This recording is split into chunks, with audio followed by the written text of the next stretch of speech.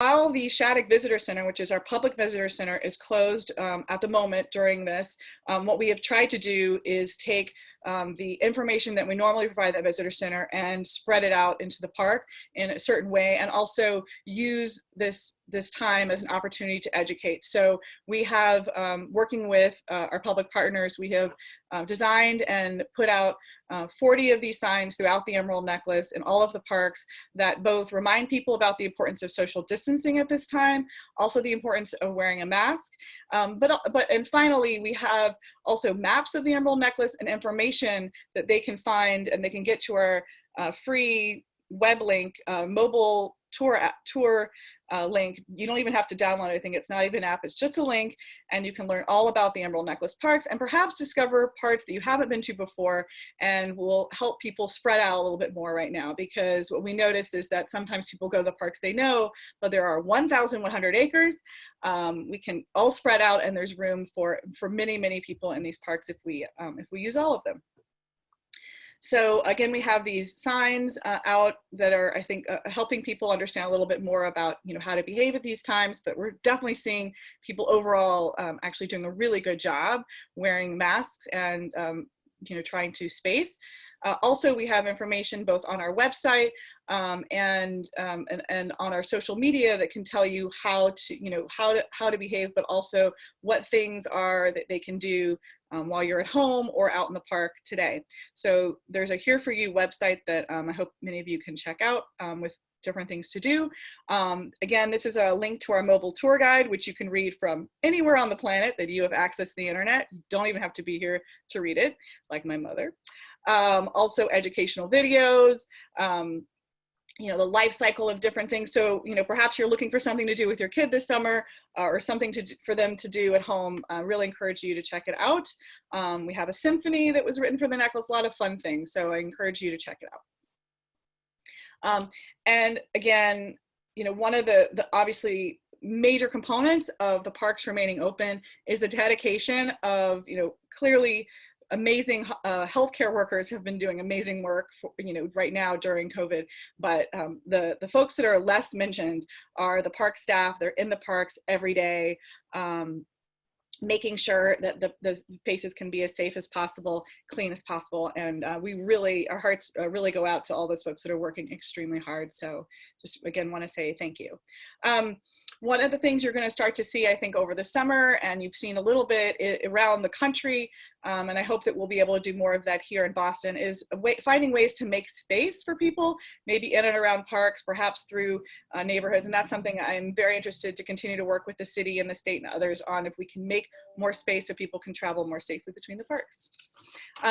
Another thing that is going on this summer that is very exciting, we normally have about 25 kids in our Green Team program, but this year, working with the city of Boston, we asked and they happily agreed to increase our enrollment up to 100 kids this summer. So while we are going to be doing, likely all of it virtually, perhaps we'll be able to do a couple of things, but we really have to be very safe. So the assumption right now is the summer is going to be almost completely, if not completely virtual. We are going to be able to have a lot more kids in that program. We're very excited. These are jobs for students. This is part of the income that a lot of folks need. So I'm really happy that the city and all of our partners have been so supportive of this. Again, our Olmsted Tree Society work, we're hitting an important milestone. We will now be pruning almost 2,000 trees this year to reach our goal of having inspected or pruned almost all 9,000 trees in our inventory. And that project, which is a partnership between the City of Boston, the Town of Brookline, DCR, and the Conservancy, is really unique nationally. And I really am very, very proud of the work that we all do together with those amazing partners, tracking our work quarterly and making sure that we're all working together on all of those projects. We don't do our work alone. We work with a lot of amazing volunteers. I'm just going to recognize two of them right now. Susan Logan has been a wonderful person who found us, heard we were moving part of our staff into the Curley House, which is a historic house in Jamaica Plain, to allow our visitor center to provide more space for visitors. And Susan has provided her talent, her energies and donated amazing furniture to help make the first floor of the house feel like a house, feel like a place that we could work from. So I really appreciate Susan doing that. And Elena Saporta is a member of our Board of Overseers, comes to us from the Boston Society of Landscape Architects, and she has provided tremendous amount of expertise, both with our tree planting program, also creating maps and diagrams as we work on discussions around Franklin Park and open space and the Shattuck property, and thinking about how we can satisfy a lot of needs for open space. Also, she personally helped plant a tremendous number of ferns just this week in front of the Fenway Visitor Center. We really can't do this except for people like this. If you want to volunteer, there are many opportunities. You can just reach out to us through the website. So, you know, we have over 1,000 volunteers a year, but these are two of the ones that have really done such amazing work for us this year. I wanted to briefly, well, here's an aerial photo where you can see sort of the breadth of really what the Emerald Necklace is. I think sometimes, you know, you don't see it from the sky. You don't realize the sort of extent of the necklace and how much a part of this, it's really our landscape under our feet. And, you know, when the things kind of happen that are happening today, I think a lot of us might have taken these spaces for granted, but I think over the last couple of months, we have all started to, I think, re-realize how essential and important they are to both us, but also to our democracy. I want to definitely spend some time talking about the importance of the Black Lives Matter movement and our role in continuing to support these efforts in a more deliberate way than perhaps we have in the past. I released a statement of solidarity on behalf of the organization a couple of weeks ago, so I'm not going to go through all of that, but I just wanted to give you some images of some of the things that we've been seeing that we think are really, really important. The loss of Black lives in recent weeks and throughout the long history of racial injustice saddens us and outrages us. And, you know, we condemn unequivocally these racist acts and the social structures that underlie them. And we know that a lot of times, you know, a lot of these spatial systems are all intertwined with these things. And so it's important that we also work to better our democracy and better the lives of everyone in it. Parks, in fact, should be our most democratic spaces, and at their best there are. And I think we saw one example of that when we saw the demonstration in Franklin Park a couple of weeks ago. We commit to working with all members of our community, particularly communities of color, to inform our programs, our partnerships, our board, our staff, our mission, and our beliefs over the next several weeks and months. And I know the work will probably never be done, but I'm really, really glad that we're going to have so many people to help us improve and be better. So I invite you all to be part of that. There are a couple of forums coming up where I think we're going to be able to have hopefully a dialogue that leads us down this road. The two I'm mentioning right here, I definitely encourage people to join. There's one on June 19th. That's Juneteenth, this coming Friday, 2 days from now, from 2 to 4, and that is going to be, we're going to be joined by Sarah Carr of Northeastern University and Catherine Morris of the Boston Art and Music Soul Fest, BAMS Fest, for those of you that have only heard it as an acronym. And on the 25th, the Boston Foundation is also having a forum entitled Green Space, White Space, Racial Equality in Public Spaces, and we're going to be joined, I will be there with Stephen Bailey from the Design Studio for Social Intervention and Kenneth Bailey from the Design Studio for Social Intervention, and Stephen Gray from the Harvard Graduate School of Design. So I really hope that many of you can join us. I think those links are in the chat, so you can find out more about how to join if you'd like to sign up for those in advance, and also be listed on our website. So in each annual meeting, we like to feature one main project that we're working on, just so you can kind of dive into something big. And Charlesgate is definitely big and important. I think one of the things that is most surprising about this is I think a lot of people don't even realize that it actually was part of the Emerald Necklace and is a park. It is beneath the Bowker Overpass today. A lot of people likely go by it and don't realize that it was, in fact, the first piece of the Emerald Necklace. And those photos that Jamie ran at the beginning that Parker James has provided us show you, how amazing that space was in the past. So it is highly compromised. It was the first piece of the park built by Frederick Law Olmsted. Here I have some before pictures.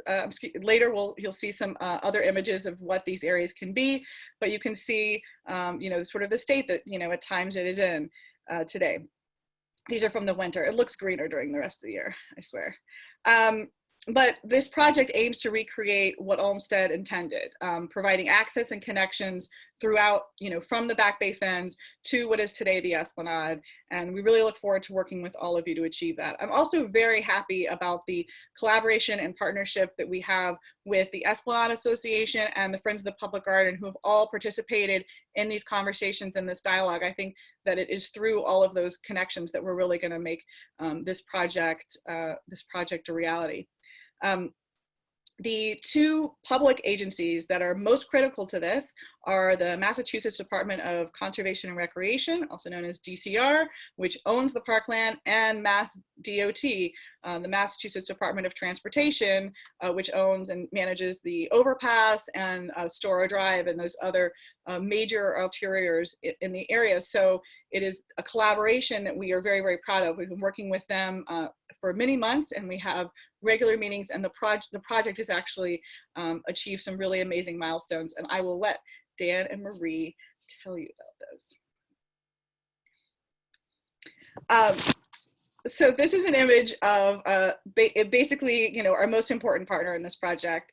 The Charlesgate Alliance is a community organization that was founded 2 years ago that has brought tremendous amount of energy, vision, and heart to this effort. And the Emerald Necklace Conservancy is partnering with them on this work. So we have public meetings together, we fundraise together, we work to improve and program and clean up the site together. And it's a really, really tremendous project that can only work when you actually have the neighbors and everyone kind of together in this effort. So I really have to commend them. Pam Beal and Parker James were the co-founders of the Charlesgate Alliance. And this is not the first time that people have tried to improve this park, but I think this is the time that it's going to work because of the relationships that we have forged.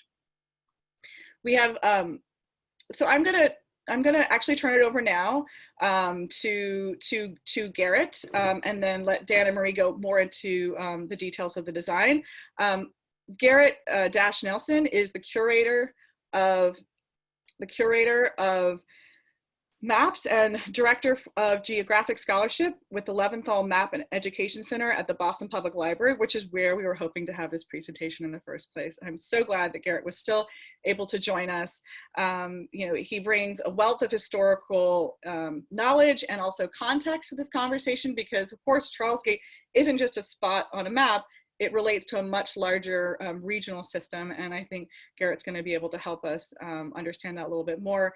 He's a historical geographer whose work explores the relationship between landscape, community, and place, with a focus on the landscape history of Boston and New England. So this is his wheelhouse. Garrett, thank you very much. I hand it over to you.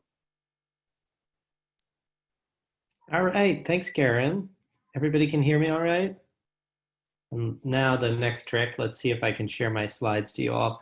It's really nice to be here. I wish we were all gathering in Rab Hall at the BPL, but maybe next time. We're looking forward to hopefully welcoming people back on what schedule we don't yet know, but hopefully it will be not too long. Let's see if I can bring this up. Everybody see that okay? Awesome, cool. Well, again, thanks to Karen and Jamie for having me here. And I want to start by thanking the whole Emerald Necklace Coalition staff for inviting me to the meeting.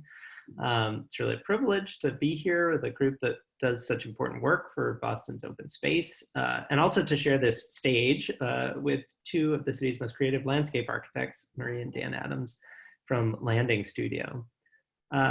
So I've given my remarks this evening a title which is deliberately meant to invoke the most boring stereotypes about what geographers do, and that is, where is the emerald necklace? By the end of the short presentation, I hope I will have convinced you both that this is a much more interesting question than it seems at first, and also that the geographer's great framing question of where is about much more than the coordinates on a map. And in this case, it invites us to think about themes of landscape, locality, and linkage. So I want to begin by addressing that question in its most naive form, which is to say, literally, where is the emerald necklace? Presumably most of you, since you've chosen to spend a summer evening here in front of your computer screen with the Emerald Necklace Conservancy, have at least a reasonable ability to pick out the emerald necklace on a map of Boston. But for many Bostonians, even those who may live only a few paces from this jewel of the city's civic ornamentation, the question might be a bit more of a stumper.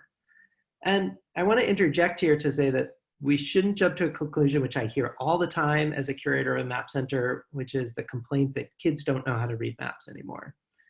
It's certainly true that we have a lot of work to do in equipping people of all ages with better tools to understand the world geographically. But this alone doesn't account for the fact that too many Bostonians could not tell you where the Emerald Necklace is, and certainly many, many more could not tell you where Charlesgate is. Instead, it's because the localities that become important in people's lives are determined by a complicated geography of social experience and cultural meaning. And these are geographies for which mere proximity is not always a major determining factor. So it's not a problem of marketing. The coalition, working with its colleagues in the various parks departments, has done an excellent job of branding the Emerald Necklace as it makes its way through parts of Boston. Many of us on this call I'll probably also know that the Emerald Necklace, with its innovative Olmsted design and its connection to the Olmsted successor firms, is world famous to students of landscape architecture and urban design, as well as a landscape that figures prominently in the imaginations of civic reform, both in the past and today. So this brings me to the question of locality. Whose neighborhood exactly is the Emerald Necklace in? We're all familiar with the figure of the NIMBY, the not in my backyard bugbear of housing reformers and developers alike. But there's a corollary to the NIMBY formula, which is that people tend to care about the places which are conceptually in their backyard. So whose backyard is the Emerald Necklace in? Well, for some Bostonians, it's literally not in their backyard because it wasn't completed. Of course, many of you know that the route down Columbia Road through Dorchester towards the Marine Park was never completed for many complicated reasons. But also this makes the Emerald Necklace much more of a sort of emerald brooch than an emerald necklace. The Emerald Necklace is literally not there in places where it had originally been proposed. Charlesgate is another one of these, a place where the Emerald Necklace still exists, but has been overlain by subsequent urban activity and development. So for some people, their backyard, the places they care about in their backyard literally do not include the Emerald Necklace. But probably more importantly for a city like Boston are these uneven social, economic, and racial geographies, which put the Emerald Necklace in a place where it can literally be in people's backyards and nevertheless still deeply inaccessible to them. Here's a very quick choropleth map of household income in Boston. Of course, the Emerald Necklace runs about here. And you can see it weaves its way through a center of extreme economic inequality. The dark purple areas on this map have household incomes below $20,000 a year, and the dark green areas have household incomes above $200,000. So literally an order of magnitude as you cross from one side of the necklace to the other.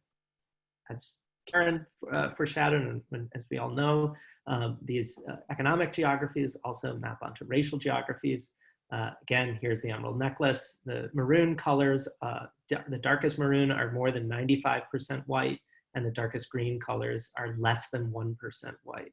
So utterly different racial geographies as we move from one side of the Emerald Necklace to the other.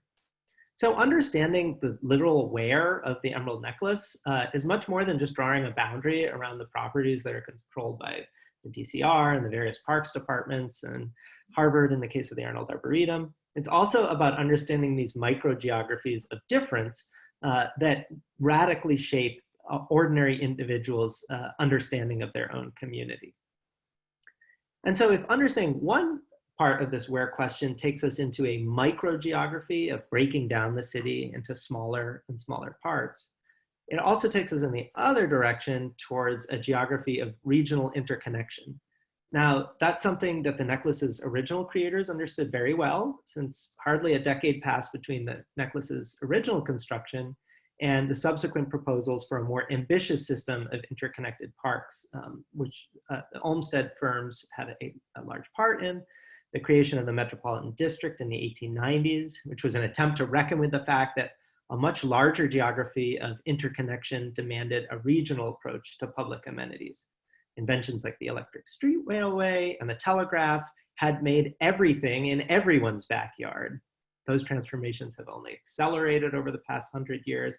And now when we think about a very small place, get back to my slides here, a very small place like Charlesgate shown here, who should care about Charlesgate? Should it just be the immediate neighbors, the people whose property literally abuts this? Should it be the hundreds of thousands of commuters who pass over the Mass Pike or Star Drive or the various commuter rail lines and street railway lines that run past here? There are ecological flows which tie Charlesgate to a much larger metropolitan area, from the water that runs from the uplands down into the Charles River to, of course, the questions about air pollution, which cover a much larger geography. So if on the one hand, we need to go inward and think about the fine texture of Boston's geography, we also need to go outwards. And since in some ways a global landscape, not yet a UNESCO heritage site, maybe it will be someday, but it certainly has international significance. So what sorts of geography of care should feed into a place like the Emerald Necklace? Should it only be residents of Brookline and Boston, Jamaica Plain and Roslindale, or should people from the rest of Massachusetts, the rest of New England, the rest of the world also care about the Emerald Necklace as well? And that's why when we're thinking about a place as physically small as Charlesgate, we have to pull apart all of these complicated geographic relationships to understand its where. I can drop a pin on a map to tell you that the most obvious answer to where Charlesgate is, but thinking about its relationality to these other social, economic, cultural, and ecological systems is of utmost importance if we're going to treat that where question seriously. Now, if the where question takes us to both these small and large geographies, it also tips into another question about time. Where and when is the Emerald Necklace and Charlesgate? It's not an unchanging landmark fixed in time like a mountain peak, but it's historically contingent based on the decisions of institutions and people who have shaped this landscape over time. Here's an 1876 plan in our collections at the Boston Public Library. Just before Olmsted became involved with this Boston project, it shows a radically different vision for what might have happened here. This is the Muddy River you can see being traced out here. This is Parker Hill, a very different proposal for a green parkway going towards Jamaica Pond. What eventually was developed, of course, we think of as a natural landscape today because of its greenness, its cleverly designed by Olmsted to seem as though an always already existing ecological design. But in fact, it's the result of considerable artificial intervention over time. Long, long before Olmsted, the Back Bay Flats of Boston were the site of what might have been one of the largest human intervention projects in the New World, which were the fish weirs of the Massachusetts people. The city archaeologists did some amazing work at looking at how extensive these weirs were, really a radically transformed human landscape even before European colonists had ever arrived in the New World. But of course, the dramatic transformations in the Emerald Necklace that we look at today are largely the result of 19th century urban planning. The next set of maps that I'm going to show you are from a really cool new web tool that we put together. You can browse it for yourself at atlascope.leventhalmap.org. We've taken about 100 highly detailed atlases of Boston history and put them into a really fun and easy to use web interface. You can use it on your phone as you're walking around if you're in some of these parks. But all of what I'm about to show you comes from that Atlascope interface. Here's the Back Bay in 1873. Just to orient you, Beacon Street is running right across here. And here's what that looked like. This is a photograph of the Back Bay from the dome of the State House in about 1856 or 57. That, just behind this, this gatehouse is oriented, that's about where Comm Ave and Mass Ave meet today. And so Charlesgate is just to the right of that. And if we go back to this 1873 map, you can see that there was a check dam here. This is where the tidal flat, the water that were backed up by the tidal flats were released to harness the water power. And that's basically just east of where Charlesgate is today. So what we now talk about is Charlesgate, of course, was mud flats. Looking at this photograph, about where my cursor is right here. And as I walk you through these next series of about a dozen subsequent maps of the Charlesgate area, I want you to pay attention to the sort of transforming contingency of this landscape. Here's 1882, just as the Back Bay project was completing and the Olmsted firm was becoming involved with the Back Bay Park system. 1884, 1890, 1895, 1902, 1908, 1912, 1917, 1928, and finally 1938, just after the Starrow embankment had been completed, and just before the Bowgar overpass was put in, again transforming this landscape into much of what we see today. And so just if I play these in kind of rapid succession to one another, you can see that not only has this quote unquote natural landscape changed over time, but the human and physical infrastructure around it has changed as well. Between 1908 and 1912, we get Fenway Park built. You can see the kind of creep of residential development westward from Back Bay into what's now the BU area. And all the while, this designed landscape is responding to these changes, right? It's still, of course, accommodating ecological flows. Water is pouring out year after year after year, but also humans are transforming it for purposes that accommodate not only recreation, transportation, ecological management, sewerage, all of these complicated questions layered on top of one another. So I'm going to leave it at that, in that these maps are meant to be in somewhat of a prelude to Marie and Dan's work. But I want to return again at the end to this sort of where question, to think about answering seriously that question of where is the Emerald Necklace? Where is Charlesgate? We have to do much more than just kind of circle it on an outline map. We have to think about who and what and why, what are the processes that have transformed it over time? How has it related to different scales of geography and different geographies of both material and connection and meaningful cultural representation? And those are the kind of questions which I think help us address the future. What will Charlesgate and the Emerald Necklace become? I'll leave it there. I promised to Karen that I would keep it brief. These slides that I just showed are available at this link, leventhalmap.org/ENC-2020-slides. If you want to download them and look at them yourselves. They also have links to our digital collections if you want to see any of those maps in greater detail. I think we're going to do questions at the very end. Is that right? That's correct, yes. So Great. We'll do questions at the end, and I'll have Karen introduce Dan and Marie. Oh, yes. So do I need to go back to my PowerPoint, or you're?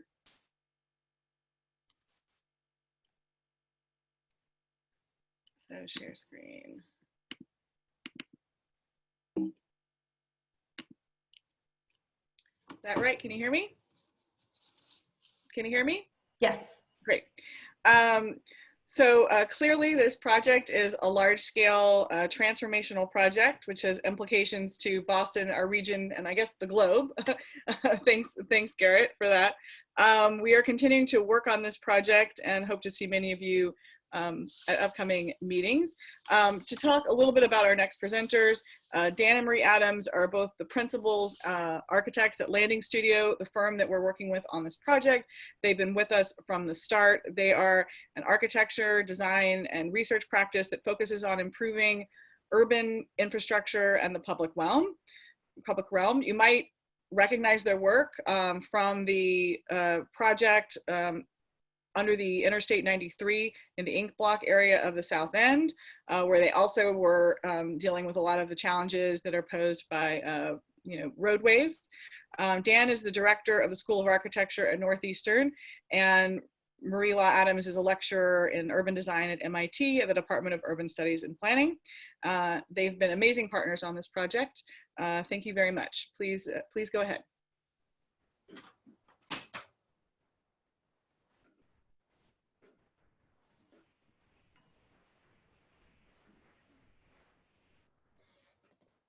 Thank you very much, Karen, for the introduction. My name is Marie Law Adams. And I'm Dan Adams. And as a continuation of what Garrett showed so beautifully with the Leventhal map collection, we also wanted to start with a question of where is Charlesgate today, which of course suggests that something might be lost. And as you can kind of see by looking at this photograph of Charlesgate that was just taken maybe a year ago or so, that Charlesgate Park really doesn't look so much like a park anymore. But it was definitely designed as part of the Emerald Necklace Park system and was based on a series of very radical ideas at that time in terms of the integration of human mobility connections, open space, and with natural processes such as water management. So what we're going to do today is retrace what's happened since then, what Charlesgate is today, and what the emerging community-led vision is for the future through a series of stories about Charlesgate's land, water, and people. So we're actually just to sort of, I guess, say what's so unique about Charlesgate and the Emerald Necklace. We actually wanted to just step away from the Emerald Necklace a little bit to look at what else was happening around the world at this time. And this is a map that's, I'm sure, famous to many people here, which is often referred to as the Ville map, which is a sanitary and topographic map of Manhattan. And I think what you can see here that's a pretty amazing aspect of the map is the overlay of the original topography and river system that was on Manhattan at the time before the iron grid. And of course, as we jump to today, we see that that sort of system is gone. And in fact, it's not gone. The rivers, the flow of water from clouds to the river to the ocean, of course, remains and it persists, but that now exists underground in a completely sort of different format. And what I think Garrett laid out so well is that that's, of course, not what Olmsted did, and it's not what the city of Boston did with the muddy river. And in many ways, this vision is far more complex as opposed to, so let's say, putting the water underground, out of sight, out of mind, out of ecosystems. The muddy river was maintained as a river, and in fact made into a river from what was once the tidal salt marshes of the area. So this was a constructed urban infrastructure, and it was a constructed urban nature that in many ways absorbs many more complexities than a simple pipe underground. And I think what we find so compelling about this infrastructure is that notion of integration. And here you're seeing a more zoomed in plan drawing, a beautiful drawing of the Fens area. And you see immediately the kind of nature of its integration, where it's a designed ecosystem for habitat, for flood swelling during major rain events. You see how this integrates with all the infrastructure of the surrounding urban fabric. So that this is both about transportation of vehicles and horses at the time, but it's also for people as pedestrians, it's for the flow of water and the flow of fish, it's for the protection of the city against flooding. And you can see how Olmsted was trying to reconcile these differences of working through the kind of naturalistic organic forms of the Fens and how that becomes more orderly and organized with the urban fabric at its periphery. And so at the time, this is in the vicinity, and again, we need to thank Parker James. So many of these images have come from his efforts to assemble the history of this site, which is a great resource for us today. This is an amazing vision of what a park is. I think so often, you know, this is not a lawn, this is not, you know, it's an ecosystem functioning as a park. And in this case, in very much a pond. And so this is actually what Charlesgate looked like in the late 19th century. And it was a highly celebrated environment. It was obviously a beautiful ecosystem and a beautiful park, as we're saying, but it was also a landmark of the city, ornamented with some of the most sort of beautiful architecture, but also a way the city wanted to promote itself.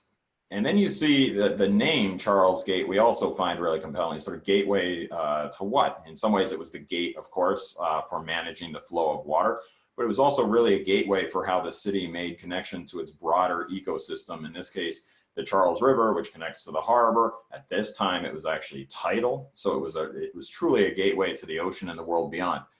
Quite literally, you look across the Charles and you see this direct connection to MIT and Cambridge beyond. So Charlesgate was this sort of doorway to the world beyond. And I think, again, as Garrett laid out, the Emerald Necklace is part of a bigger regional park system. But in itself, how it ties to the Esplanade, it ties to the Commonwealth Avenue Mall. As Karen laid out, so often Charlesgate isn't even conceived as a piece of the Emerald Necklace. And here we see that in many ways it could be understood as perhaps, you know, one of the most critical pieces of the Emerald Necklace, because it's sort of a junction point, what we often refer to as a critical link, where the Esplanade ties to the Emerald Necklace, ties to Commonwealth Avenue, creating really a key link in this entire park network for the region. And I think one thing that's pretty exciting is since that time, that sort of importance has only grown as we've invested as a community in the Harbor Walk, in the Charles River Reservation, so that now we actually end up with a network of, you know, a hard-earned network of pedestrian and bicycle connectivity, often along the waterfront, stretching all the way from Quincy to Watertown and beyond. And how then that ties down through the Emerald Necklace to Mattapan, Roslindale, Roxbury, and then the missing link, highlighted here in pink, is Charlesgate. So the question is, that we come back to is, so this is the significance of this site, the importance of this site. So sort of how did we get here where this has really been sort of erased as a park or as a network or as an ecosystem for the city? And Garrett's maps took us into 1938. And so then we looked just 10 years after this. And this is an amazing aerial. This aerial was probably itself taken in the mid 1960s, early 1960s. An amazing aerial because it really captures the moment of what's often referred to as urban renewal in the city. And I think it's interesting to stitch all these projects together. I think there's a lot of familiarity with the West End or the Central Artery, which you see sort of to the upper part of the image.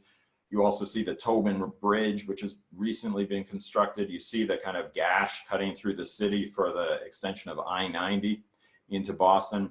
And down on the bottom, often not thought of as connected to the rest of these projects, is Sturrow Drive and the Boker Overpass, which were built sort of towards the, well, the Boker for sure, towards the end of this sort of era of massive infrastructural transformation that dramatically changed the fabric of the city. And interestingly, you know, at that same time here, you have a sort of ambitious postcard sort of promoting a certain image of that, almost a highway type park space itself, sort of emphasizing the green space of Sturrow Drive. Interestingly, you can even see a small piece of the Muddy River sort of trapped within Sturrow Drive.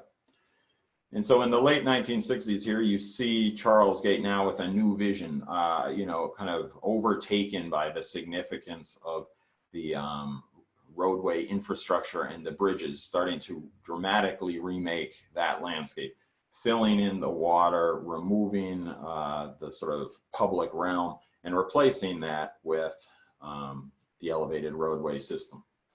And so as we look back at that same image, this is that view today, slightly elevated now on the Boker Overpass, the sort of transformation that took place here at this critical link of the Emerald Necklace. And I think an often untold story of this that I think in our research in thinking about a more contemporary design is kind of what it was the fact that at this time there was a park, a significant investment in a public domain to go alongside these roadway improvements by the firm Maurice and Gary, which actually happens to be architects of a great park we love in Cambridge, Danahy Park, for those of you who may know, former landfill park. And we've tried to really analyze this to understand kind of like what happened, where'd this go? Why would a major investment like this have occurred and then disappear? And some of our sort of observations here as we've dug through the kind of archival drawings of that project, interestingly start to notice in this landscape design, there's actually no representation of the roadways up above, for example. It's as if the park was designed with no sort of conception of the highway. Interestingly, as opposed to, let's say, Olmsted's ambitions of pathways that would move through a park system to connect you to point A to point B, here actually you just start to see these kind of elliptical geometries that almost just like take you back to the place you started. So they don't connect you from one place to another. So they're kind of like dead ends. Interestingly, as we've traced the history of projects and drawings through this site, you start to discover these drawings that during different, like, let's say, maintenance projects or improvement projects, in this case, the necessary dredging for flood protection of the muddy river, look at all the listings of sort of remove the trees, remove the bricks, remove the steps. We had to get these things out of the way to dredge the river. And you start to get the kind of story of a significant park that was rebuilt in the 1960s, incrementally being erased bit by bit over time. For those of you familiar with the area, these are often referred to as the Jetson benches, for example, that still existed in that time in 2002. And so the more we kind of look at this archive of transformation, you can see how, oh, in 1999, it's almost the inverse, Garrett, of what you showed, the building of a city. There's sort of a interesting kind of like, here's, you know, about 10 years later, you know, the light posts are gone, the trees are gone, the path is gone, the benches are gone in a 10-year period. And as we even watch today, we see in many ways why this is this is not just a park, it is an infrastructural landscape. And so to maintain and manage that infrastructural landscape, there's a huge need to recognize those requirements for maintenance. And how do we design that into a landscape so that basic maintenance isn't sort of destroying the landscape that we aim to preserve? And so we find ourselves here again, back today, back to this erased landscape in many ways as the culmination of all these intrusions in the past. Oh, I thought we were transitioning, this is still me. So that's the sort of story of the land. This is also the story of the water. And what you see happening here is a lack of reconciliation. Again, where maybe the genius of Olmsted was to think about how the landscape and the park was designed in concert with the water systems. Here we see a real break, right? So no longer are we thinking about the park as something that could filter, manage, defend against flooding. Now we're actually seeing a direct intrusion of contaminants directly injected into the river. And for anyone who lives in the area or passes this river, they're very familiar with this site, is the common algae blooms and duckweed blooms that sort of show that changing chemistry and those inundations, right? So that now, out of that disjunction, where Olmsted had a true integration between these systems, out of this disjunction, you see the sort of harmful impacts on the river that infrastructure today has. So that's a stormwater story. Here, what you see is a transformation of the landscape where at one time, the Charles River and the Muddy River were one continuous ecosystem, one continuous watershed. With the construction of Sturrow Drive, a major transformation here is that what was once a river and an exchange of riparian habitats now became a purely culverted connection. So the last 270 feet of the Muddy River, which you could consider the most kind of critical, was culverted, preventing any kind of habitat exchange between these two waterways. So again, this being the kind of vision pre-1950 of that relationship, and this being that relationship today, where the Muddy River has really been reduced to a series of portals in the side of a concrete bulkhead. From a habitat perspective, we've observed this and documented, and we always find this almost even, you can watch the duck think about going up the Muddy River and change its mind, because who would possibly head down that kind of dark alley. The Charlesgate is most definitely a story of the people, and the Charlesgate Alliance, the Emerald Necklace Conservancy, all of us here are certainly not the first people to know that there's a problem at Charlesgate with the erasure of the park over time. Back in 1998, a whole coalition of people came together to re-envision what Charlesgate Park was. A lot of those people are still involved with the project today. There's evidence, both in physical documents, there's evidence online, the old Facebook page of the Friends of the Charlesgate, another group of people who are really dedicated to trying to improve and recover this park space. And then that brings us to 2017 with the founding of the Charlesgate Alliance with Pam Beal and Parker James and their coalition that they built with the Emerald Necklace Conservancy. And you can just see here this kind of growing network of public agencies, environmental advocates, neighborhood groups, coming together and saying, how can we make this place better? And for a lot of reasons, we do believe that the time is now, that this park can actually transform and update the Olmsted vision for today and the future. We started working with the Charlesgate Alliance and the Emerald Necklace Conservancy in 2017. And ever since then, we've been having regular meetings with the community, working really hard on developing a vision about what this place should be in the future. This has led to a series of 5 guiding principles that kind of are showing us a roadmap of what we want to do here to kind of restore all of these ecological, human mobility, and open space goals. With number 1, improving the Muddy River water quality and habitat, activating the site with new uses. As a place that's under an overpass, it's not just grass and benches that will really activate this area, but there has to be a reason to invite you there, and that's what the community has identified as a priority. Number 3, reconnect all of Boston's park systems at this one critical juncture and the neighborhoods that are separated by Charlesgate today.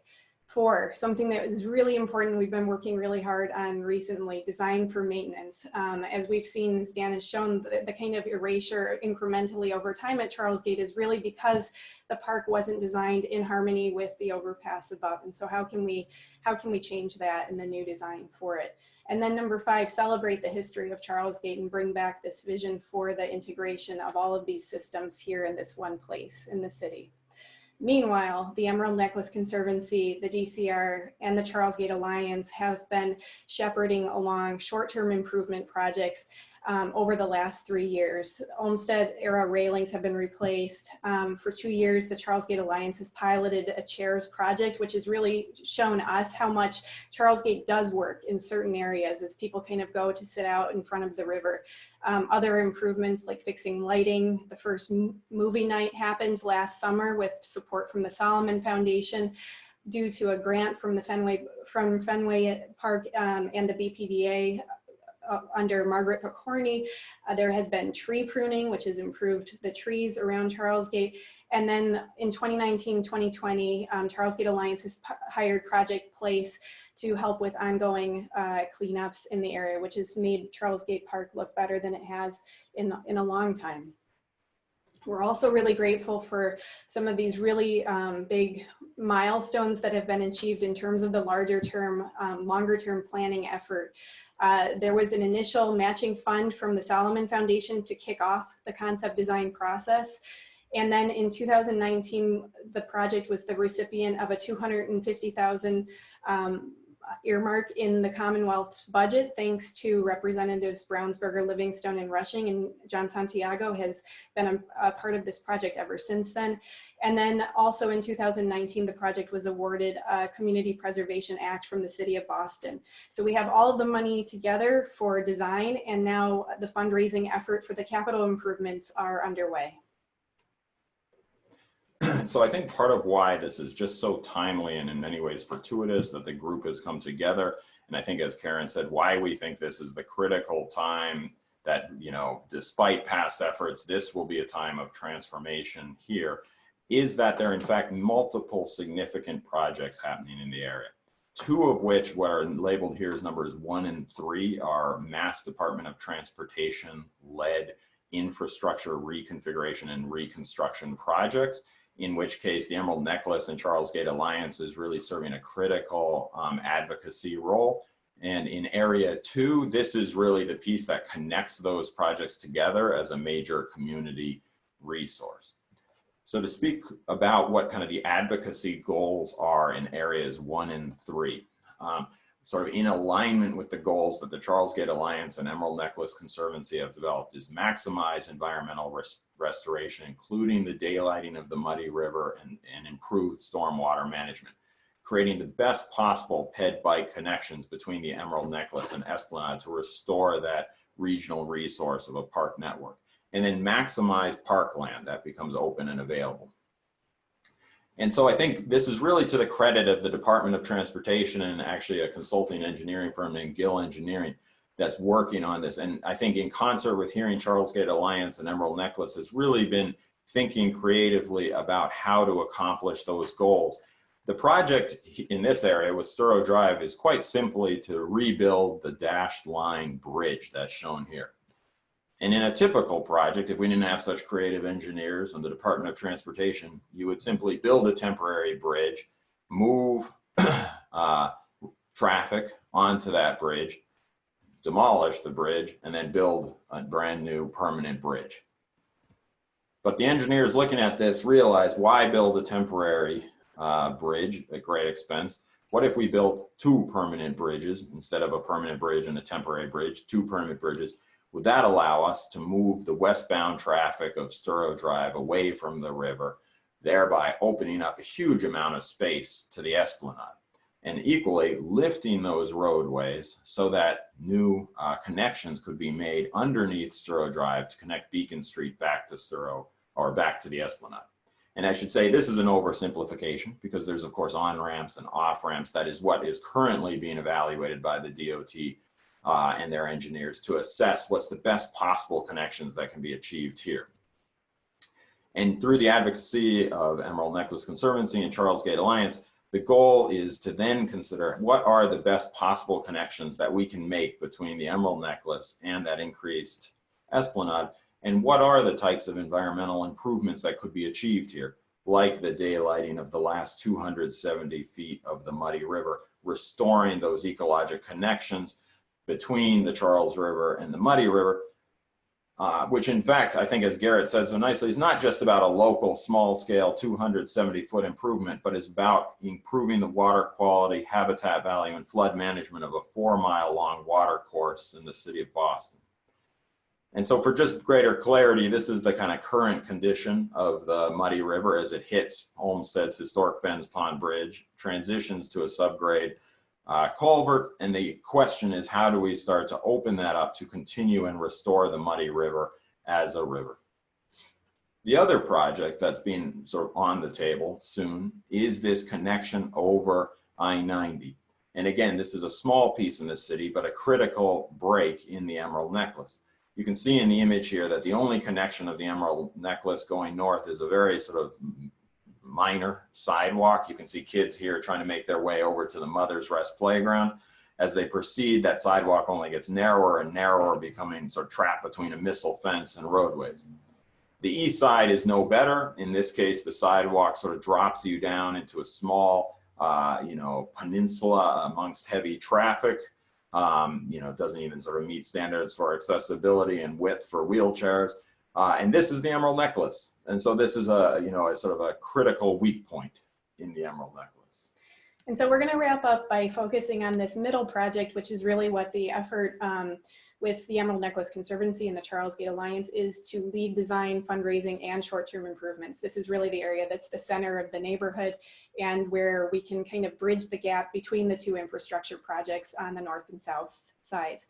So as I said that earlier, we're using these guiding principles, and we'll just walk through these very quickly to show you what the Charlesgate Park revitalization project is looking to do, starting with improve the Muddy River water quality and habitat. Today, this is what the edge of the Muddy River looks like. It is covered with paving on either side, and the project hopes to restore this to a natural edge, which will not only help with water quality, but also create habitat and opportunities to get closer to the water. Additionally, the stormwater management and drainage issue that you saw earlier in the presentation in terms of the water draining directly from the overpass as well from the surface roads is something that can be treated with nature-based solutions such as bioretention basins. You can see an image on the top right there where this can become an amenity for education as well as bringing nature back into the park, and it cleans the water before it enters into the Muddy River. So this is a major piece of the project. And one of the complexities of figuring out how to do this is, of course, all of the different public agency jurisdictions that come together at Charlesgate. You can see by the number of different colors here how many different players are involved in the different ways that their waters combine before they go into the Muddy River. And so we've been spending a lot of time recently trying to retrace all of these things and begin to simplify this so that we don't have such a mess of complex different systems happening over each other, but that we can pull them apart, simplify, and really create much more clear maintenance responsibilities for the DCR, the DOT, and Boston Water and Sewer, all who have drainage in this area. And this doesn't look very simple, but it is actually a big simplification of what is there today. Secondly, to activate the site with new uses, and two of the major kind of not amenities here are a playground in the north end and a dog park in the south. In addition to opportunities for passive recreation with benches along pathways to enjoy the space of the muddy river. The playground itself is this kind of intense node of activity here between Beacon Street and Commonwealth Avenue. And you can see that it will be one of the largest playgrounds in the area, which is a very exciting amenity due to the kind of connectivity issues in this area. The project also proposes to dismantle some of these walls that really kind of create a sense of disorientation, break up the space, not only visually, but also physically, so that you can see through it and really reclaim all of this for recreation. And then the dog park area is a really kind of wonderful way to create almost 24-hour activity on the site, and also kind of relieves pressures that are being placed on other nearby parks in the area because there is not enough dog park facilities in this neighborhood. And so you can see again that this will be one of the largest dog parks in Boston. Some of the only ones that kind of compete in size are out in Somerville and Cambridge. And again, in this case, the project proposes to dismantle one of these walls that was built in the 1960s, which really kind of obstructs and breaks up the space. We can reclaim that and add that to the dog park area. And then finally, this idea of restoring the connectivity of the landscape, bridging that gap between the projects that DOT is doing on either side. You can see right now today an image on the left of what it takes to move from Newbury Street to Beacon Street, 8 separate crossings at roadways, and you're never moving through park space, even though this is the Emerald Necklace. On the right is the proposed design. That gets reduced to 3 times that an individual would cross the street, and you spend most of your time in parkland, which would be an amazing improvement in this area. Connectivity is also missing in terms of the ecological connectivity or the tree canopy at Commonwealth Avenue, one of Boston's major parkland gems. You can see on the right how full and lush the tree canopy is, and then on the left what happens at Charlesgate. And so this project is looking at ways to kind of bring that back there in terms of tree cover and shade in the area. Then this idea of designing for maintenance, being able to bring the bucket trucks from DOT in to inspect the bridge for repairs and maintenance. And how do you do that in such a way that it doesn't destroy the park? How do you clean up the river in a way that doesn't destroy the park? And so one of the central pathways that moves through the dog park and into the playground area will also double function as an access way for maintenance. You can kind of see that space created underneath the overpass so that it will not result in the same kind of erasure of the park over time. And then finally, this idea that we want to celebrate the history of Charlesgate Park. And there's not only a series of these relics that are left over in Charlesgate from Olmsted's era and from Surecliff, and then the Fence Pond Bridge up in the north area. But really, I think what we want to focus on in this project is celebrating the kind of historic idea that Olmsted brought to the Emerald Necklace and restore it as a place that integrates spaces for people, human mobility connections, open space, and water infrastructure. And that's where we're going to leave it today. Thank you very much for having us.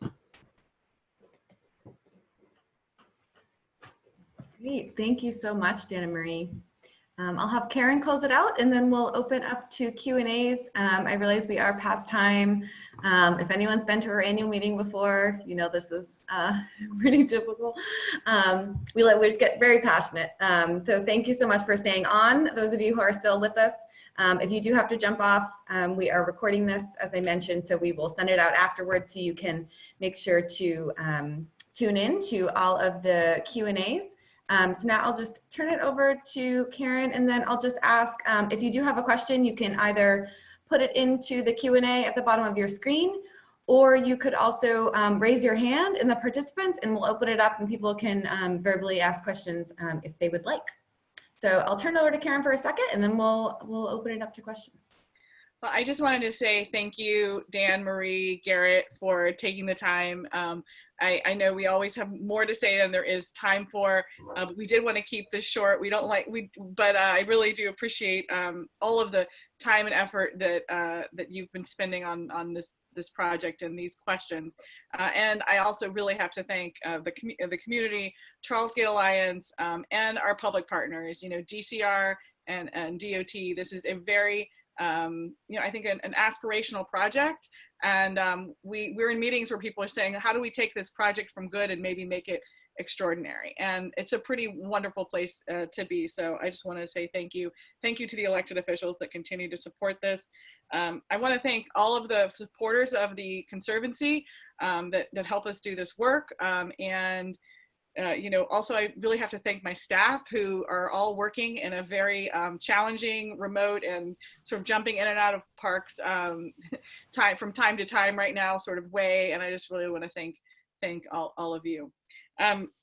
I think we should get to a couple of questions, and then I think we're planning on we can be here till 7:30 or a little after. I'm happy to stay for as long as people would like to ask questions.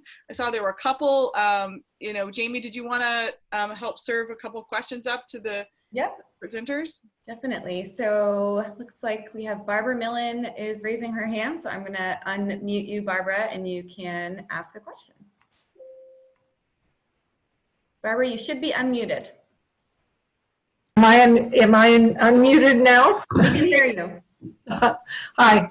No, thank you for the presentation. It was really just wonderful. And I guess the one comment I would make is that the mapping that was shown earlier, Garrett, and also Karen, if we could have some of the wonderful outlining that the Adams both did, on their maps, to really show the before and after, and to make it very clear, the areas that we're talking about would really be helpful. And I was also struck by the neighborhoods that still don't have access, and reminded of Olmsted's original plan to create the full necklace. And I think there was some comment about that, but I'd love to, this initiative is so important and so exciting, but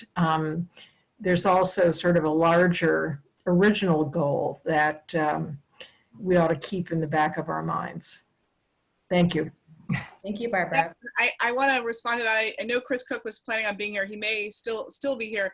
The city of Boston and Mayor Walsh, it's more than in the back of their minds. They have actually funded the Columbia Road project and are starting to work towards that, about seeing how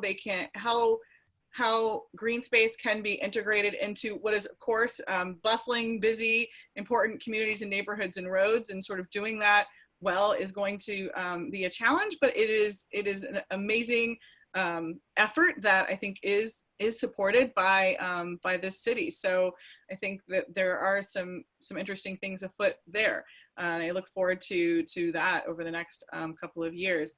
But those are all good comments. Anyone else want to add anything to that? So we have a question in the Q&A that I will ask. This question is from the Authentic Caribbean Foundation, Andrew Sharp, good friends. Hi, Andrew, thank you for joining us. Andrew asks, with regards to catering to our communities of color in the Emerald Necklace areas, can you give me an update on some of the steps made, and also what future programs or actions is being done to reverse the disparity? Yeah. Thank you, Andrew. Andrew is a good friend and has been an amazing partner. We were actually planning a picnic in Franklin Park with communities around Franklin Park this year, and unfortunately had to cancel it. So I think we have to figure out what kinds of things we can make that are more resilient, going forward, so we can better engage communities and neighborhoods around the park. I think that a few things I'm thinking about and working on, developing a conversation within my organization and also outside my organization about how we can do this better.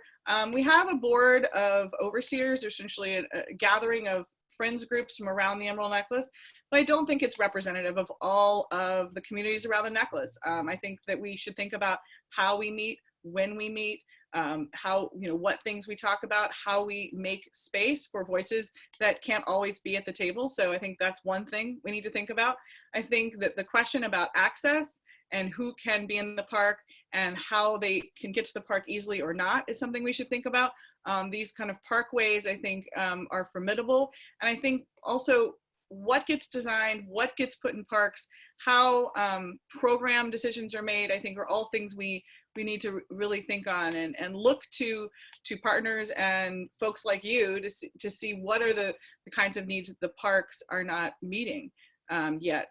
I think there is some really exciting work in our midst with the investment that the city has made in Franklin Park. They have pledged $28 million for improvements that are going to be determined through a community process. And there's been a lot of outreach to try and get as many voices as possible in that process. And it's still in early phases. So I think there's an opportunity to think about how that can be the most collaborative.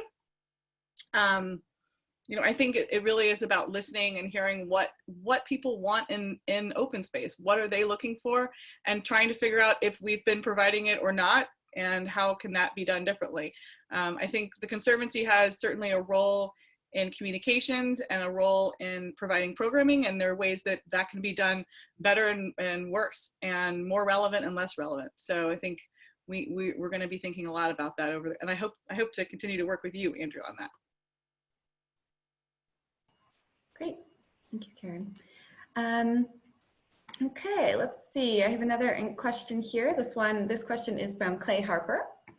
How important and for how long historically was the east, west, north, south recreational connection between the necklace and Commonwealth Mall to the denizens of the city? How important and for how long historically was the east? Well, the connection, okay, I'm not sure if I'm totally following the question, but there was a bridge, a curving, gorgeous bridge that connected Commonwealth over the Mass, well, it wasn't the Mass Pike wasn't there, it was just a railroad, over to the Fenway, and that would have been in place from the 1880, 1890, and I don't know the precise date, through to, and Garrett, maybe you could help me, through till, I guess, 1950.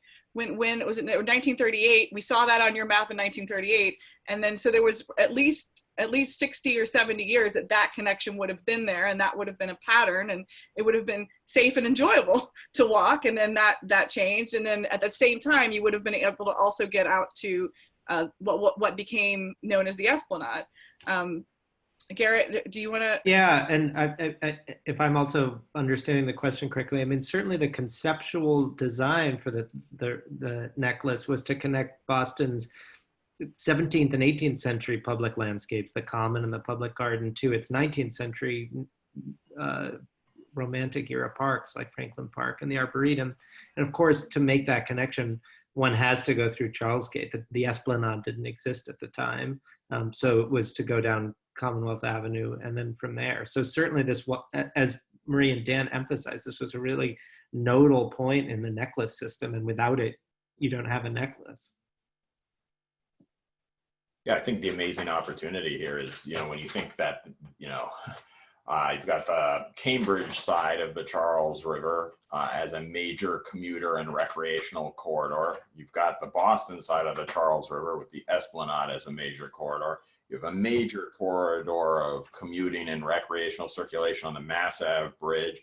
And then you have the Emerald Necklace, which is a major corridor for commuting by bicycle. And I should say, when I say commuting, I mean by bicycle or on foot, and recreational and bike. And the idea that you've got what are probably, it's hard to think of, like some of the city's most frequently used corridors for infrastructural movement, the fact that they don't tie together, though they all sort of come within hundreds of feet of each other, is such a sort of missed opportunity. I mean, it's often talked about that the Emerald Necklace created a connection all the way from the State House to Roxbury.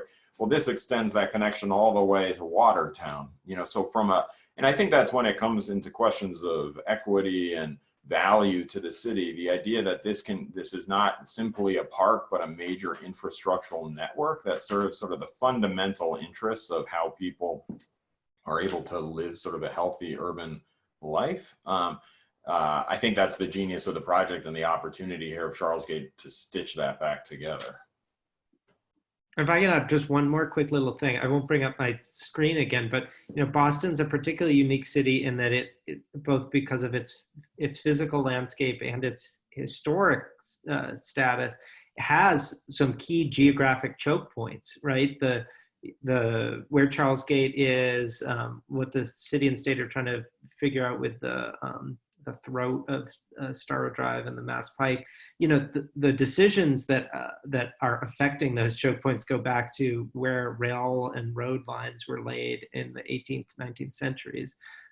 So these kind of key points of getting in and out of the city, these kind of entrepôts of access to the city have a very deep historical legacy to them. Thank you all. So we have a few more questions coming in.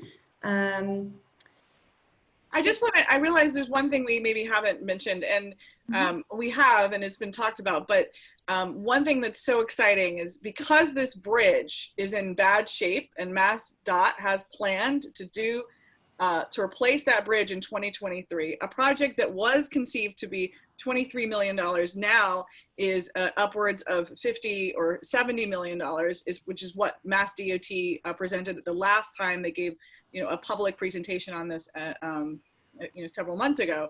So that project continues to be formed, be conceived, and sort of worked out. And I think we have this really exciting opportunity when that work is happening to also do something right by the rest of the park. And so that is why we are in this very fortunate time. And it's a very interesting thing that's happening all over the country, because that turn of this, you know, that mid-century infrastructure is all aging out right now. So we have choices to make about what those spaces are going to be like now, that, you know, perhaps we weren't, you know, otherwise you're trying to interrupt something in the middle of its life and do something. But now we have this moment where it has to be rebuilt. Things have to change. And now we have the opportunity to make sure that happens in the best way possible for the long-term life of the city and the ecology and all of these things. Definitely. Okay, so another question from our Q&A from Taylor. What is the current state of the water quality at Charlesgate, and what improvements do you envision being made to improve it? I know Marie and Dan, you touched on that a little bit, so maybe you want to take this one. I think I'm going to start off with just big picture. Sure. Muddy River is the second worst polluter to the Charles. At times it is the first worst, so the water quality is not good. So I think that these improvements will improve it. I think I'll let Dan and Marie kind of go into more of the specifics, but yes, it is not good now. Yeah, I mean, there's a lot that we can do at Charlesgate Park to improve it, and using the landscape to do so. So the project currently proposes to manage all of the stormwater drainage off of the Voker overpass and run it through planted systems before it enters into the Muddy River. And then also to take as much of the surface roadway drainage as possible and to do the same thing. And that's something that, of course, we hope that happens across all of Brookline's watershed and Boston's watershed as well, because those are both contributing areas to the Muddy River. But in terms of the Charlesgate project itself, we're doing as much as possible right there locally to clean the water that is directly draining into the Muddy.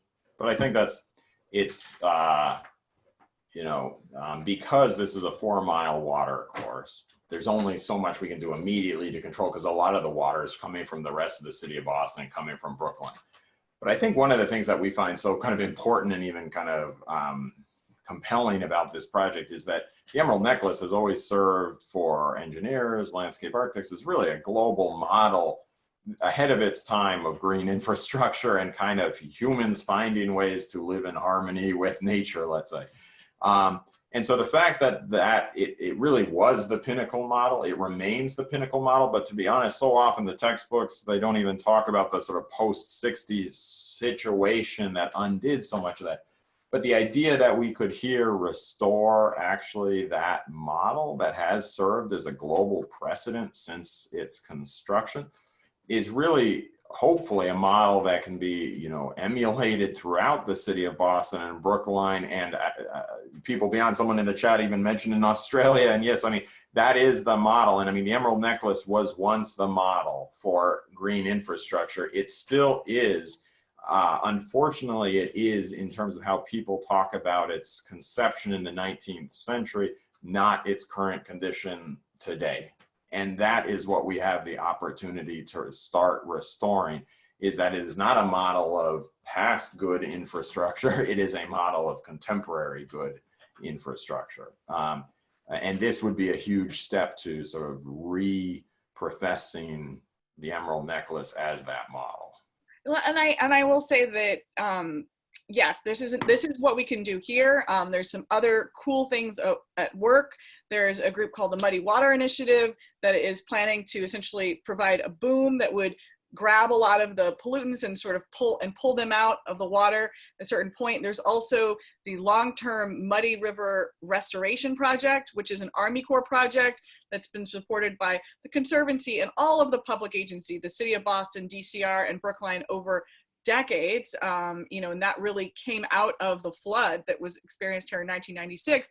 And over time, there are improvements. They, you know, the Emerald Necklace in front of the Landmark Center was daylit. That had been open in Olmsted's time, turned into a parking lot, and then through the efforts of Boston and everyone here and lots and lots and lots of advocacy, that got reopened. So we've seen it happen, and then water certainly got better as a result of that. And there are more incremental things we can do up and down the Emerald Necklace. This clearly is a huge choke point, because all that good work we do up here, it all has to flow through this final piece. So, you know, we definitely want the bang for the buck for everything we're doing, and this is an essential piece of that. All right, we have 2 more questions on the chat, and it looks like one person's raised their hand, and then I think after that we'll have to cut it off. I want to answer the questions that we said we answered, but then if you have additional questions, you can email us or chat us, and we'll keep track of them, and then we can answer them at another time and reach out to you and make sure we get those questions answered. So the next question is about Charlesgate as well. What are the collaborators' ideas, so all of you guys, for making Charlesgate more inclusive? How can we bring diverse local, regional, and national visitors to the area given our current racial climate of unrest? So I'll pose that to the 3 of you. I mean, that is a very good question. I think finding ways for people to feel welcome, for everyone to feel welcome, and to think about all of the uses of a space. I think providing opportunity spaces that can be flexibly used by different types of users is something that we have thought a little bit about in the design, and I think we should perhaps think of more, so that you know there could be more active performances and other things from folks from all over, instead of necessarily always only a dog park, or always, like, maybe there's ways to make some of these spaces flexible and more adaptable. I don't know, Marie and Dan, if you have any additional thoughts on that. I think one of the biggest things, and you know, we've tried to hit on this a lot, but it really can't be said enough, is that Charlesgate is really the piece that unlocks Boston region's Greenway network. And that is a resource for everyone in Boston, Watertown, Quincy, all of the neighborhoods and communities. No matter if you're in Roxbury, Dorchester, or in the Back Bay, it means that you have a way to get to each other and through the park system through a safe and an accessible way. And it kind of all falls apart in one place. And so we see this as a generational opportunity to repair that and to shift the model from really a roadway and vehicular driven design to something that is really driven by people. And that should benefit everyone in Boston. Well, I think that's what's so powerful about Olmsted's vision, and even how this remains today, which is that this is, as much as it's a park, it is infrastructure, and it serves the base fundamental needs of the city, of all people of the city. You know, all people need clean water and want clean water. And this is a direct feed to the Charles River and Boston Harbor. And all people want a healthy way and a safe way to move through the city that avoids, you know, high speed traffic. And that's, I think, what is so kind of fundamental. And, you know, all people do not want their city to flood during a major rain event. So having a place for the water to breathe and ebb and flow is sort of a critical underlying element that holds us all together. So that's, I think, part of what makes this such a compelling project. It's not just about making something that serves a very local community. It's about how a piece of infrastructure can improve the functioning of the city at its very core. And serve all of those neighborhoods. Definitely. Great. Okay, the next question I think is mostly for Karen. Can you say more about this is from Nika Elugarda. Thank you for joining us, Nika. Can you say more about the youth programs and capacity to expand that? What partnerships are helpful and now and needed to grow? And are there university partnerships that are involved? Great question. Thank you, Representative Elugarda, for being here. So yes, the expansion of our youth program has been enabled by the City of Boston, the Youth Employment Program. So they're the ones that I think they had to basically reinvent their model this summer and find ways to do everything digitally, including hiring students through the city's hiring program. I mean, you know, hats off to them reinventing how they do everything. So we were able to scale up. The organizations that we partner with for our summer program include Mattapan Health and Fitness, Southwest Boston CDC. So we work a lot with organizations around Mattapan, Dorchester, Roxbury, and other neighborhoods that can also supplement the type of expertise we provide. We provide a lot of professional training, but also environmental education. But there's going to be a lot in this summer that will be around food and sort of agriculture and like sort of local food production, and also health and fitness and other things that our partners can bring in. The Arnold Arboretum has also partnered in the past and provided some classes. You know, we are going to have to do a little bit of a different model this year because it's going to be virtual, and we're trying to figure out how much time we can really expect teenagers to be in front of computers, and then how much can they do on their own, looking out a window or at a tree, you know, on their street, versus coming to the necklace. So we're still working on that. In terms of university partnerships, we haven't. I'm trying to think. I don't know that we have specifically partnered with the university community for our youth program, but that is an interesting idea, and maybe we should think about if there are ways we could do that. You know, I'm again really grateful that the City of Boston. I mean, I think the mayor said that he wanted to make sure as many kids that were employed last summer were employed this summer, and so a lot of us tried to do more, and you know, and City of New York canceled their summer program. So I think we should be really proud of the city trying to do that, because we know that this, you know, not just jobs, not just education, but also, you know, finances for a lot of folks that, you know, are having challenges financially right now. But maybe we can connect with Elugarda's office to find out more about what she's thinking about, because I think she has some ideas there. She probably does. That would be great. Okay, Daniel Moon has a question and he has raised his hand, so I'm going to unmute you, Dan. And Dan, can you hear us? Should be unmuted. Daniel Moon from the Environmental Business. Yeah. Yes. So thank you. That was so exciting. You got such a great project to work on. The Adams family, they're going to be talking about you for years when you get this program implemented. Mm-hmm. Garrett, thank you. That was great. I love the map. I actually know where the Stony Brook River used to be. It's the first time I've actually seen a map of where the Stony Brook was.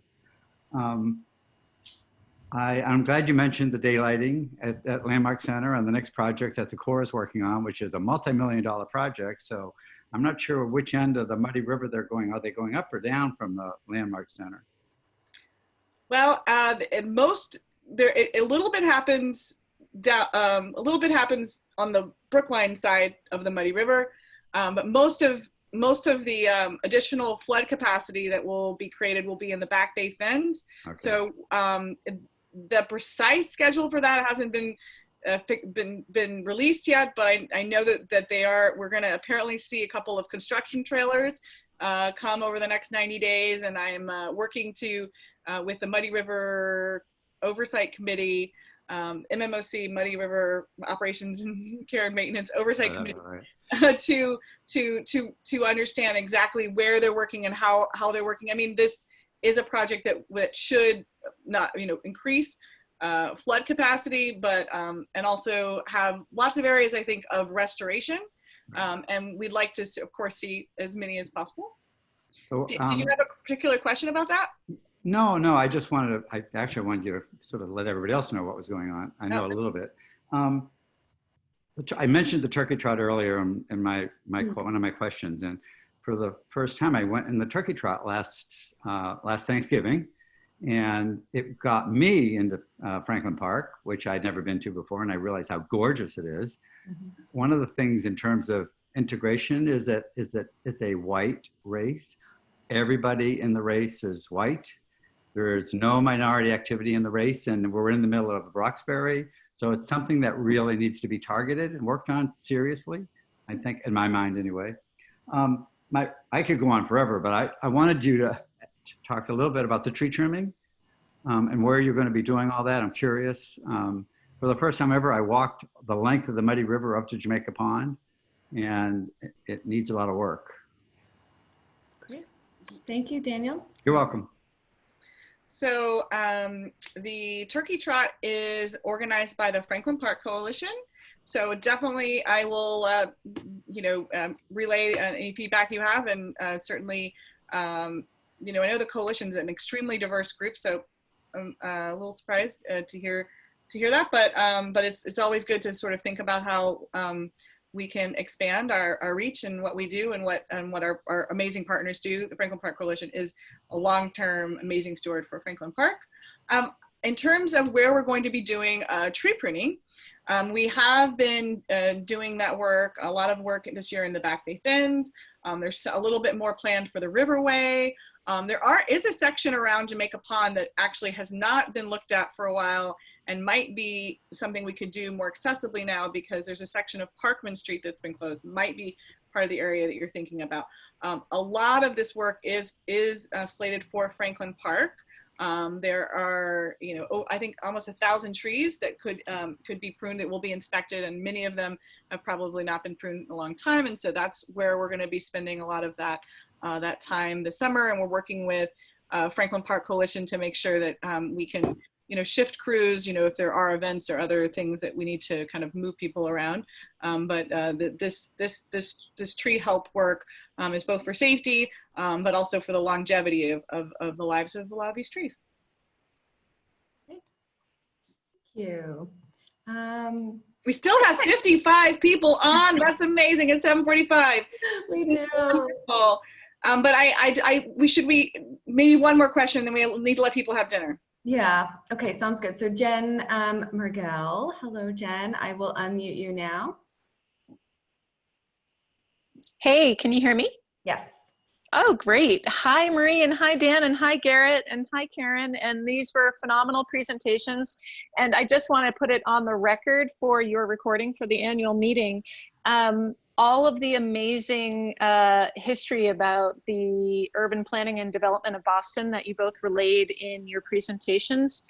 Are there any in print or any published online accessible resources that folks can teach from or learn from for the general public to know that? Or will there be opportunities to share that information in the future? Garrett, I'm thinking of you having a platform for exhibitions.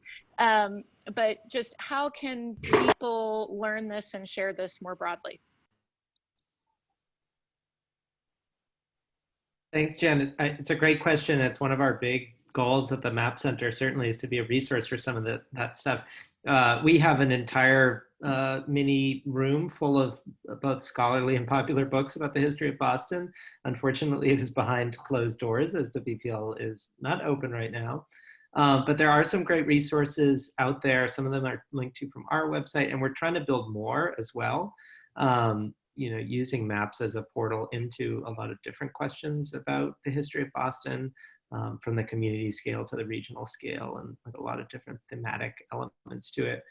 We've been talking potentially about an upcoming exhibition that the ENC and others might have some partnerships with.